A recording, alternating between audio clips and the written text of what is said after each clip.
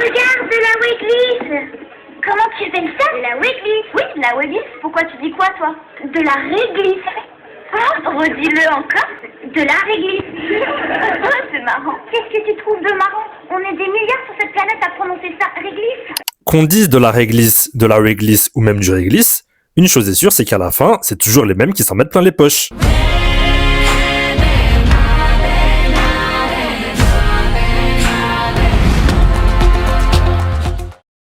Vous êtes plutôt team de la réglisse ou team du réglisse? Salut à tous la Nespi Team et bienvenue sur Nespiration. Aujourd'hui, on va aborder un sujet particulièrement intéressant mais qui va aussi nous faire beaucoup d'ennemis. Et pour cause, c'est une thématique qui rapporte beaucoup d'argent. Beaucoup d'argent. En général, lorsque l'on va entreprendre et se faire un petit pécule, il existe deux grosses stratégies. La première, c'est de parler à tout le monde. Donc, trouver une niche qui touche le maximum de personnes, quitte à diminuer le prix du produit. Pour que vous ayez un exemple en tête, on va dire n'importe quel type de restauration rapide. Même s'il est vrai que depuis l'inflation, même la restauration rapide s'est mis à augmenter ses prix, mais vous avez l'idée. Le pendant de cette stratégie est de toucher moins de monde. Quitte à cette fois-ci, ne pas hésiter à bien monter le prix du produit. Comme les restos gastronomiques, du coup, à l'inverse des fast-food. Mais là, ce dont on va parler réunit littéralement le meilleur des deux stratégies. Car à la fois, ça touche tout le monde. Oui, effectivement, tout le monde a des dents. Mais en plus, les prix sont exorbitants. Bienvenue dans l'un des plus gros business de voleurs. Alors tout au long de la vidéo, on va voir un peu de quoi il en retourne, que vous vous fassiez votre propre avis quand même, car avant de faire un choix, c'est bien d'avoir toutes les informations à sa disposition, même si bien souvent les informations qui nous sont données nous sont révélées partiellement, ou voire même pas du tout. C'est pourquoi on va pas hésiter à explorer plusieurs cultures pour avoir les informations qui nous manquent. Ce qui s'annonce être une aventure rythmée et pleine de rebondissements. Mais bon, comme on dit, on n'a rien sans rien. Et à la fin, une fois que vous serez bien dépité par tout ce que vous aurez appris, que vous vous serez rendu compte dans quel type de mafia on est, on regardera toutes les alternatives à notre disposition.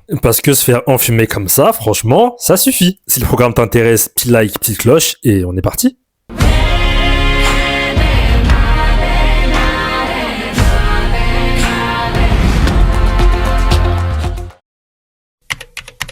Alors déjà, avant toute chose, un peu d'histoire, car on peut pas aborder un problème si on connaît pas les tenants. Et les aboutissants, de toute façon, on les verra après. Mais si pour l'instant on s'intéresse aux tenants, à partir de quand est-ce qu'on a des dates ou des exemples précis de la présence de soigneurs de dents dans l'histoire de l'humanité, ce qui de notre point de vue serait appelé des dentistes? Eh bien, ça va peut-être vous surprendre, mais le plus ancien document faisant état de maladies concernant les dents est daté au 15e siècle.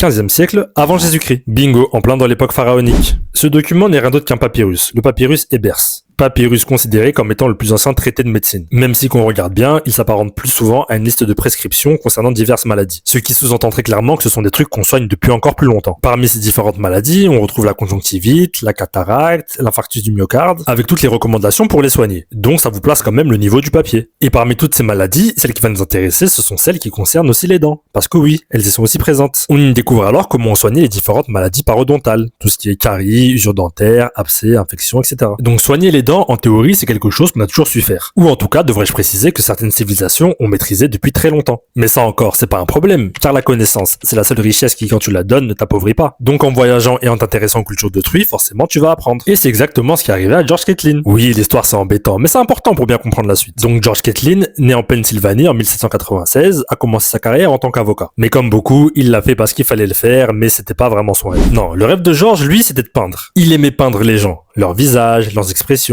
leur joie, leur peine. Bref, il aimait peindre. Jusqu'au jour où il a rencontré une délégation de natifs américains et ça a été le coup de foudre. Il a décidé de les suivre et de peindre leur vie. Oui, c'est un peu creepy, je vous l'accorde. Mais en se mêlant avec les natifs américains, il a appris énormément de choses, et notamment sur la santé bucco-dentaire. Et voici un des passages qu'il nous a rapporté. Ces gens qui parlent peu et dorment naturellement n'ont pas de dentiste ni de dentifrice. Et pour vous dire la vérité, ils n'ont besoin d'aucun des deux.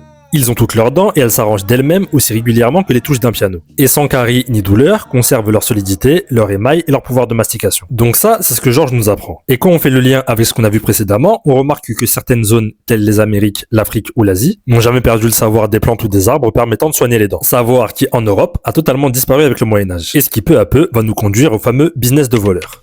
Donc, comme on a vu, au grand regret de l'Europe, ce savoir bucco-dentaire ne s'est pas transmis. À vrai dire, on voyait même pas l'intérêt de soigner les dents. C'était vraiment toi et ta chance. Si t'as pas de caries, tant mieux. Si t'en as, bah bon courage. Mais pour ceux qui ont déjà eu des caries, ou même d'autres problèmes bucco-dentaires, vous savez à quel point tout ce qui touche les dents peut faire mal. Donc quand on a une carie, on va tout faire pour essayer de l'enlever. Donc certaines personnes ayant senti le filon se sont spécialisées dans l'arrachage de dents.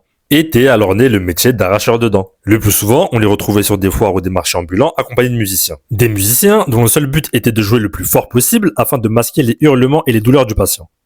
Lequel patient se faisait donc opérer à la pince et sans anesthésie. Oui, c'était chaud à l'époque. C'était chaud, mais c'était lucratif. Et comme dans tout business lucratif, personne n'aime qu'on empiète sur ses plates-bandes. En 1818, on retrouve même un article qui fait l'état de la concurrence entre deux arracheurs de dents vers Pantin. Parce que oui, chacun veut sa place, chacun veut son territoire. Il y a trop d'argent. Ainsi, la faculté de médecine de l'époque, fatiguée des débats entre les deux arracheurs de dents, décida qu'elle accorderait la place au meilleur des deux. Et par meilleur, elle entendait celui qui arracherait le plus de dents. Donc pour arracher le plus de dents, comment on fait? D'une, on invente des problèmes qui n'existent pas pour arracher le plus de dents possible. Bah oui, pourquoi se limiter seulement aux dents malades qu'on peut aussi enlever les dents saines? Ça fait plus d'argent. Et de deux, vu que les moyens étaient quand même rudimentaires, bah on promet que ça fera pas mal. C'est comme ça qu'on s'est retrouvé avec l'expression mentir comme un arracheur de dents. Mais faut qu'on soit honnête, il existait quand même quelques personnes faisant de la prévention. Utiliser un cure-dent après chaque repas, se rincer la bouche, enfin de la prévention pour éviter d'arriver au carie. Mais c'est vraiment au milieu du 19e siècle que la profession de dentiste va se métamorphoser. Parce qu'on va trouver un moyen d'anesthésier les douleurs. Et qui dit anesthésie dit encore plus de clients, de patients, je voulais dire de patients. Et cet élan, je vous le donne en mille, va venir des États-Unis, où le chirurgien William Halsted, qui pour la première fois, va comprendre les bienfaits de la cocaïne en tant qu'anesthésiant. Mais moi, c'est là où j'ai vraiment du mal avec l'utilisation de termes comme pour la première fois, découverte. Parce que rappelez-vous de l'histoire de Georges, qui a côtoyé plus de 150 tribus amérindiennes et qui nous a révélé qu'elles avaient toutes une hygiène bucco-dentaire parfaite. La feuille de coca, c'est dit un peu partout que ça fait plusieurs millénaires qu'elle est dans la culture des natifs américains. On est d'accord. Donc ces natifs américains, qui avaient des dents parfaites et qui utilisaient la coca de manière médicinale, n'avaient aucune idée de son caractère anesthésiant. Ah là là, c'est vraiment prendre les gens pour des jambes. Après vous pourriez me dire, oui, mais là toi tu parles de coca, nous on parle de cocaïne. Et effectivement, mais encore une fois, comme dans tout médicament, c'est la dose qui fait le poison. Donc si dans une plante tu vas aller extraire particulièrement une molécule, bah les ravages on les connaît. Bref, pardon pour cette petite digression. Donc 19e siècle, boom bucco-dentaire, invention de la pâte dentifrice, et essor véritablement de la profession qui après donnera les dentistes. Les dentistes, les chirurgiens dentistes, les orthodontistes, vous avez compris. Mais là, la question se pose. Est-ce qu'on doit faire porter au fils les péchés de son père? Parce que les charlatans et les arracheurs de dents, c'était avant. Maintenant, on sait ce qu'on fait, on utilise des molécules, on est reconnu par nos confrères les médecins, on est clean. Mais là où avant, on disait mentir comme un arracheur de dents, là, faudrait remanier la phrase en disant mentir comme un dentiste. Parce que oui, effectivement, maintenant, ce qui fait mal, c'est l'anesthésie, mais ça fait beaucoup moins mal que le fait même de se faire arracher la dent. Donc là-dessus, il y a plus de mensonges, on est d'accord. Mais l'autre point, qui est d'arracher des dents, voire même des dents saines, pour ça, il y a un exemple que j'aime bien prendre, c'est celui des dents de sagesse. Vos dents de sagesse, ce sont vos troisièmes molaires qui poussent en général vers 18, 19, 20 ans. Ce sont des dents, donc à l'instar de vos incisives, totalement fonctionnelles. Mais on a décidé un beau jour de les enlever, car les mâchoires n'étaient plus assez grandes pour les accueillir. Mais au lieu de se demander quel était le problème avec les mâchoires actuelles, quelles étaient là ou les raisons du manque de place, non, on enlève et on dit que c'est génétique. Donc comme vous voyez, c'est rondement mené. Et une fois qu'on y rentre, on est fidélisé. On commence avec les soins à la prévention classique, donc jusqu'ici tout va bien.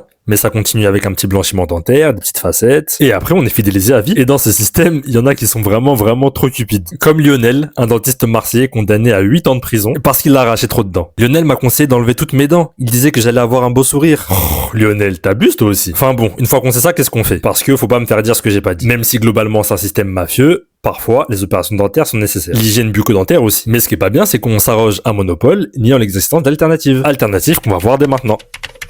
Alors, quelles sont les différentes alternatives à notre disposition? Parce que là, faut bien faire la part des choses entre deux sujets. Le premier sujet, c'est tout simplement la pousse des dents, savoir si elles poussent régulièrement et si elles poussent droite, si toutes les dents arrivent à sortir correctement et si elles sont bien alignées. Et le deuxième sujet, c'est l'hygiène bucco-dentaire. Donc, concernant le premier sujet, ce qu'on entendait très régulièrement sur la pousse des dents, c'est que c'était génétique et qu'on pouvait rien y faire. Si vous aviez un palais étroit, c'est parce que vos parents avaient un palais étroit, etc. Mais maintenant, avec la mondialisation, cette doctrine est en train de changer. Il fallait bien un jour que ça change parce que vu comment c'était gros, donc la doctrine selon laquelle la forme de la mâchoire et la position des dents était héréditaire, c'est vu mettre à mal. Car avec les différents brassages de civilisation, la naissance de génération en génération, on s'est rendu compte à certains déclins au niveau de l'agencement des dents. Alors que faire pour avoir les dents naturellement droites? Car encore une fois, d'après Georges, c'est possible. Elles s'alignaient d'elles-mêmes telles des touches de piano. La version courte, c'est bouche fermée, dents au palais avec une bonne posture. Et la version longue, il y a tellement de choses à dire que j'en ferai une vidéo à part si vous voulez. Maintenant, concernant le deuxième sujet, c'est-à-dire l'hygiène bucco-dentaire. Encore une fois, je suis pas en train de dire qu'il faut pas utiliser ni de brosse à dents, ni de bain de bouche, ni même de dentifrice. C'est juste que c'est bien d'avoir le choix, sans forcément diaboliser ce qui nous rapporte pas d'argent. Et parmi les alternatives d'hygiène bucco-dentaire totalement naturelles et pas chères, on retrouve les bâtons à mâcher. Que l'on parle du siwak miswak, du kadaitu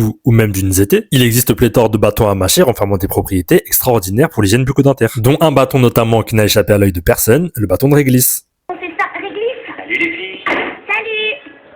Oh, passez-moi un morceau de Wiggly. Trop bizarre! Et quand je parle du bâton de réglisse, bien évidemment, je parle pas de ces confiseries toutes rouges. Je parle réellement de la plante herbacée qu'on trouve dans tous les pays chauds. Sud de la France, Asie et dans toute l'Afrique. Cette plante est réputée pour avoir des vertus incroyables. Traite les ulcères, régule le niveau de sucre, traite aussi l'acné, l'eczéma, se charge de la digestion. C'est littéralement un bâton magique. Et pour ce qui nous intéresse, parce que oui, là on s'attarde sur les dents, le bâton de réglisse permet d'enlever la plaque dentaire de façon douce et mécanique, de maintenir un pH équilibré tout en évitant la prolifération de bactéries, et a également un effet anti-inflammatoire sur les gencives. Alors comment ça se fait qu'on n'en parle pas plus que ça? Si vous faites un petit test et vous regardez les bienfaits de la réglisse. Inlassablement à la fin, il y aura une petite note vous mettant en garde contre la dangerosité de la réglisse. Mais lorsqu'on creuse un peu, et que par exemple on va sur le Vidal, qui est la bible des médecins, et que l'on nous parle d'intoxication due à la réglisse, on se rend compte qu'en fait ce sont des produits à base de réglisse. Et plus précisément à base d'une molécule synthétisée de la réglisse, la glycyrrhizine. Donc on découvre une plante avec de bonnes propriétés, on s'amuse à en extraire les molécules qui nous intéressent, on fabrique des produits plus ou moins dangereux, et à la fin on fait l'amalgame entre le bâton de réglisse et le produit qui n'a plus rien de réglisse. À part la glycyrrhizine. Donc ce qu'il faut retenir de tout ça, c'est que le chien ne change jamais sa manière inimitable de s'asseoir, mais qu'au moins en ayant conscience des alternatives, on peut faire un choix éclairé.